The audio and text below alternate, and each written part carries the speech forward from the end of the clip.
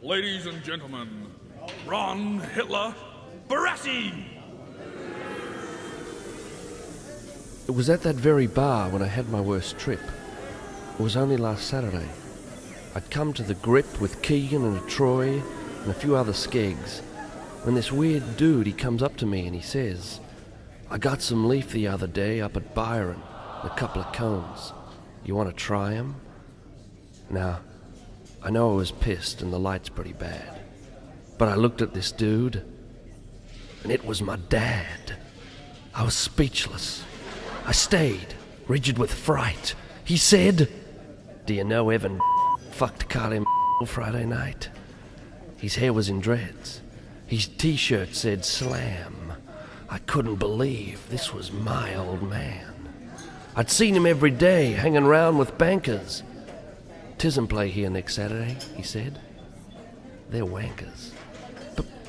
But Dad," I stammered. I mean, you're not..." Just then my Uncle Leroy came up. "Whoa," he said. "Awesome pot." I looked around this club. My sight, it was hazy. But there was Aunt Ethel, and Uncle Fred, and wife Daisy. My eyes finally focused on this host of drug takers. My whole family was here, and they turned into skaters. "Got a lash, dude," said Dad. "Can't afford to linger. I gotta get your mum home for a bit of stink finger." I fainted right there in a swoon on the floor.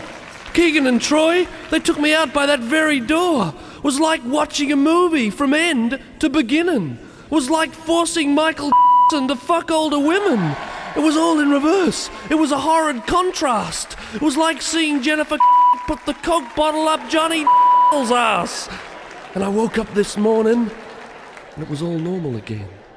"Listen, son," said Dad, "I want you home by 10. You were raving last night. Your friends are all thugs. You were so out of it, I think you're on drugs." I grabbed his hand and said, "Dad, thank God it's you. And you're telling me off. Oh, Dad, I love you." "Smart ass," he muttered, and he went off to work, the same boring, normal, conventional jerk. So, skaters and skegheads and surfers, be warned. Thank God for parents and teachers and policemen uniformed. Remember as you slag them off and you cuss when you're forced to do homework and at the next drug bust. I had a vision of a world even more sus. Remember, it would be worse if they acted like us.